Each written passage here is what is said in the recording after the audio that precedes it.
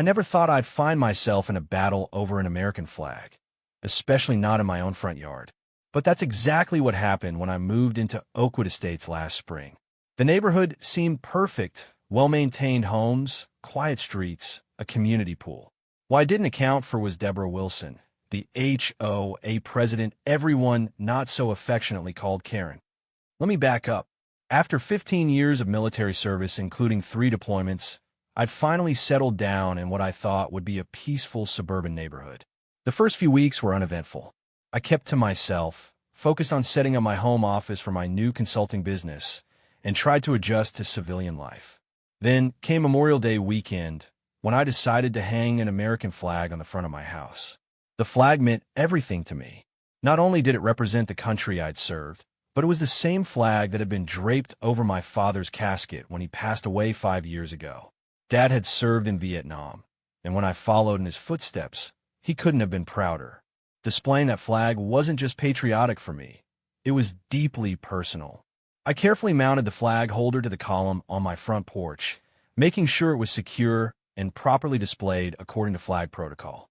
I stood back, gave a small salute, old habits die hard, and went about my weekend. Little did I know that my simple act of patriotism would trigger a neighborhood war. Monday morning, I was working in my home office when the doorbell rang. Opening the door, I found myself face to face with a woman in her 50s with an immaculate blonde bob, designer sunglasses perched on her head, and a clipboard clutched to her chest like a shield. Her tight smile didn't reach her eyes. "Good morning," she said with a voice that sounded like she was talking to a child. "I'm Deborah Wilson, president of the Oakwood Estates Homeowners Association. We haven't formally met, but I wanted to personally welcome you to the neighborhood and discuss a small matter about exterior decorations." I introduced myself and offered her coffee, which she declined with a slight grimace as she peered past me into my home, clearly evaluating my decor. Then her gaze shifted to the flag. "About that flag," she said, tapping her manicured nail against her clipboard. "I'm afraid it's not in compliance with our HOA regulations. Section 12, paragraph 4 clearly states that no flags, banners, or decorative items may be displayed on the exterior of homes without prior written approval from the Architectural Committee." I was taken aback. "It's an American flag," I said simply, as if that explained everything, because to me, it did. She offered a smile that could have chilled a glass of lemonade. "Yes, and while we're all patriots here at Oakwood Estates, rules are rules. You'll need to submit a formal request for approval, which the committee reviews on the first Tuesday of each month. Until then, I'll need you to remove it." I took a deep breath, reminding myself to stay calm. Actually, I believe there are federal protections for displaying the American flag. The Freedom to Display the American Flag Act prohibits HO as from restricting homeowners from displaying the flag. Something flickered across her face, annoyance perhaps at being challenged. "Well," she said, straightening her posture, "our covenants were established before that legislation, and our legal team has assured us our restrictions are enforceable. Besides, it's not about the flag itself. It's about the mounting hardware you've installed without approval. That's definitely against our regulations." I could tell this wasn't a battle I would win on my doorstep. "I'll look into it," I said diplomatically. "Could you provide me with a copy of the specific regulations?" She seemed pleased by my apparent acquiescence. "Of course. I'll have them emailed to you today. Please remove the flag by tomorrow, or, unfortunately, we'll have to issue a notice of violation, which does come with a $100 fine." With that, she turned on her heel and walked back down my driveway to continue her neighborhood patrol. I closed the door and immediately went to my computer to research HOA flag restrictions. What I found confirmed my understanding. The Freedom to Display the American Flag Act of 2005 specifically protects homeowners' rights to fly the American flag, regardless of HOA regulations. That evening, I received an email with the HOA regulations attached and a reminder about removing my flag. I read through them carefully. There was indeed a section about exterior modifications requiring approval, but nothing specifically mentioning flags. I decided to stand my ground, respectfully but firmly. The next morning, I was in the kitchen when I heard a noise from my front porch. Looking out the window, I couldn't believe what I was seeing. Deborah was on my porch, removing my flag from its holder. I rushed outside. "Excuse me, what do you think you're doing?"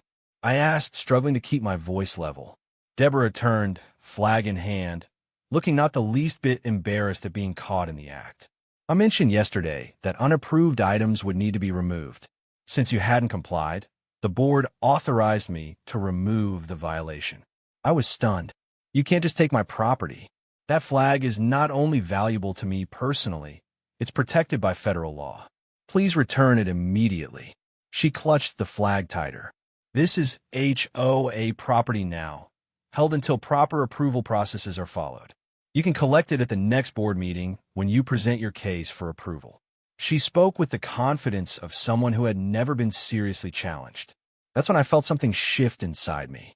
The same determination that had gotten me through difficult missions overseas surfaced. "Deborah, I'm only going to say this once. That flag belonged to my father, who served in Vietnam. I carried it during my own military service through 3 deployments. It draped his casket at his funeral. It is not HOA property. Return it now, or the next conversation we have will be through my attorney." For a moment, uncertainty crossed her face, but she quickly recovered. Military service doesn't exempt you from following community rules. If anything, you should understand the importance of following protocol better than most. She tucked the flag under her arm like it was nothing more than a piece of fabric. "I'll see you at the board meeting next Tuesday, 7 p.m. sharp." As she walked away with my flag, I felt a combination of rage and determination I hadn't experienced since my active duty days. This wasn't just about an HOA regulation anymore. This was personal. I immediately called my buddy Mike, who had served with me and was now practicing law specializing in property disputes. After explaining the situation, he laughed. "She picked the wrong yard to mess with," he said. "This is textbook overreach. The Freedom to Display the American Flag Act specifically prevents HOAs from prohibiting residents from displaying the flag and entering your property to remove it. That's trespassing and theft. Forward me those regulations and give me 24 hours. True to his word, Mike had a response ready the next day. Not only had Deborah violated federal law by restricting my right to fly the flag, but the HOA regulations themselves didn't explicitly prohibit flags, only decorative items that required approval. Furthermore, by entering my property and removing the flag without proper authority, she had committed trespassing and theft. He drafted a formal letter citing all relevant laws and precedents, demanding the immediate return of my property and a written apology. Rather than sending it immediately, I decided to attend the board meeting and give Deborah one chance to correct her mistake. Tuesday evening arrived, and I put on my business casual attire, tucked Mike's letter into my jacket pocket, and headed to the community center where the meeting was being held. The room was about half full, with maybe 20 residents scattered among the folding chairs. Deborah sat at a table at the front with 4 other board members, my carefully folded flag placed on the table in front of her like an exhibit. When she saw me enter, she gave a small, satisfied smile, clearly expecting me to plead my case and ultimately submit to her authority. I took a seat in the back and waded through the tedious proceedings, discussions about the community garden project, upcoming repaving of the north side streets, and a debate about allowing a certain type of fencing material. Finally, they reached individual property violations. "Mr. Mitchell," Deborah announced, her voice carrying across the room, "please come forward to address the board regarding your unapproved exterior decoration and your request for a flag display." I walked to the front of the room calmly, aware of the curious gazes of my neighbors. When I reached the table, I didn't sit in the chair provided. "Good evening," I began, addressing not just the board but the entire room. "My name is James Mitchell. I moved to this community after serving 15 years in the military, including 3 deployments overseas. Last week, I displayed an American flag on my front porch, the same flag that was presented to me at my father's funeral, who was also a veteran." I paused, making eye contact with each board member except Deborah. "Yesterday, Ms. Wilson entered my property without permission and removed this flag, claiming it violated HOA regulations." Murmurs spread through the room. One of the board members, an older gentleman, looked distinctly uncomfortable. I'm not here to request permission to display the American flag, because federal law already grants me that right. The Freedom to Display the American Flag Act of 2005 specifically states that homeowners associations cannot prohibit residents from displaying the American flag. I have copies of the legislation for anyone interested. I placed several printed copies on the table. Deborah's face had begun to redden. The issue isn't the flag itself, she interrupted, but the mounting hardware installed without approval. I nodded, as if considering her point. I understand your concern for proper procedures. However, the mounting bracket is a standard, commercially available flag holder that causes no damage to the structure and is specifically designed for this purpose. More importantly, by entering my property and removing my personal property without consent, Ms. Wilson has committed trespassing and theft. The room went silent. The older gentleman on the board cleared his throat. Deborah, did you remove the flag yourself without a formal violation process? She shifted in her seat. As president, I'm authorized to address violations. Actually, interrupted another board member, a woman who looked about my age, the bylaws require a formal written notice and a 30-day compliance period before any action can be taken. And even then, we would need to vote as a board on any physical enforcement. It was becoming clear that Deborah had overstepped her authority, even by the HOA's own standards. She must have sensed she was losing control of the situation because she quickly changed tactics. We can discuss procedural details later, she said dismissively. The point is that all exterior modifications require prior approval. That's what maintains our property values and the character of our neighborhood. Mr. Mitchell, if you want to display your flag, you simply need to complete the proper paperwork, and the committee will review it next month. I reached into my jacket and pulled out Mike's letter. I have here a legal opinion that outlines exactly how the actions taken against me violate not only federal law, but also constitute civil offenses. I'm prepared to file this with the court tomorrow morning unless 3 things happen immediately. 1. My flag is returned to me tonight. 2. A written acknowledgement that I have the right to display the American flag on my property without prior approval is issued. And 3. A formal apology from Ms. Wilson for removing my property without authorization. I handed copies of the letter to each board member. As they read, Deborah's face went from red to pale. The legal language was clear and unambiguous, citing not only the relevant federal law, but also several court cases where homeowners had successfully sued their HO as over similar restrictions. After an uncomfortable silence, the older gentleman spoke up. I move that we immediately return Mr. Mitchell's flag and issue a clarification to all homeowners that American flags may be displayed in accordance with federal law without prior HOA approval. I second, said the younger woman quickly. All in favor. 3 hands went up immediately. The 4th board member, a man who hadn't spoken yet, hesitated before slowly raising his hand as well.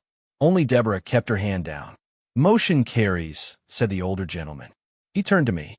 Mr. Mitchell, on behalf of the board, I apologize for this misunderstanding and for the improper handling of your property.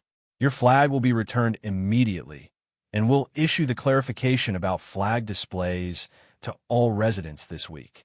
Deborah sat rigid in her chair, her knuckles white where she gripped the edge of the table. When she finally spoke, her voice was tight with suppressed anger. As this appears to be a procedural oversight on my part, I also extend my apologies. The words seemed to cause her physical pain. The older board member stood and carefully picked up my flag, handling it with the respect it deserved. He walked around the table and presented it to me with both hands. Thank you for your service, son, he said quietly. As I accepted the flag, I noticed Deborah furiously texting on her phone under the table, her face still flushed with humiliation. The board quickly moved on to other business, but the atmosphere in the room had changed. People were whispering to each other, and several neighbors gave me supportive nods. I stayed for the remainder of the meeting. When it concluded, several residents approached me to introduce themselves and express their support. A few even shared their own frustrations with Deborah's aggressive enforcement of HOA rules. One neighbor, an elderly woman named Ruth, squeezed my arm and whispered, "It's about time someone stood up to her." As I was leaving, the younger female board member caught up with me in the parking lot. "Just so you know," she said, keeping her voice low, "there's an emergency board meeting tomorrow to discuss Deborah's position as president. This isn't the first time she's overstepped, but it's the first time someone's called her on it with legal backing. Several of us have been looking for a way to rein her in for months." I thanked her for the information and headed home, my flag safely in hand. The next morning, I carefully remounted it on my porch, making sure it was properly displayed according to flag protocol. As I stood back to admire it, I felt a sense of peace. This flag had been through battles before, both with my father and with me. In a way, it was fitting that it had fought one more battle here at home. 3 days later, I received an official letter from the HOA. Not only had they amended the regulations to explicitly permit American flag displays in compliance with federal law, but they also informed all residents that Deborah Wilson had stepped down as president after a unanimous vote of no confidence by the board. The letter included a formal apology for the unauthorized removal of personal property and the incorrect interpretation of HOA regulations. What the letter didn't mention, but what I learned from my new friend on the board, was that Deborah's reputation had taken a serious hit both personally and professionally. As a real estate agent specializing in the neighborhood, her business had depended on her position of authority in the community. With that gone, and the story of her illegal flag confiscation spreading rapidly, her client list was dwindling. The final blow came when a local veterans group heard about the incident and organized a peaceful flag display on their front lawns throughout the neighborhood. I was sitting on my front porch, enjoying my morning coffee, when I saw Deborah emerge from her house across the street. She froze when she saw me, then noticed the "for sale" sign that had appeared on her lawn overnight. Her face contorted with a mixture of rage and humiliation as she stormed back inside, slamming her door so hard I could hear it from my porch.